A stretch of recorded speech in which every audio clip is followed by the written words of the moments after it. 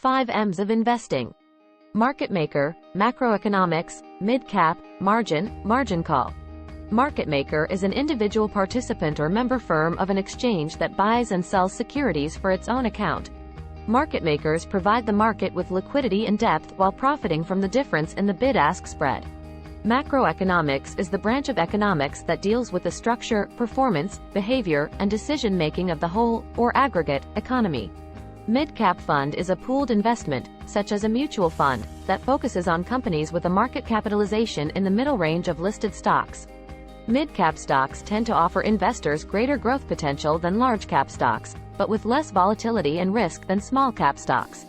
Margin is the money borrowed from a broker to purchase an investment and is the difference between the total value of an investment and the loan amount. Margin call occurs when a margin account runs low on funds, usually because of a losing trade.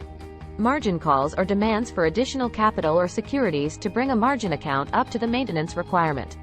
Thanks for watching. Please like, subscribe. Stocks 5150. Stocks are crazy.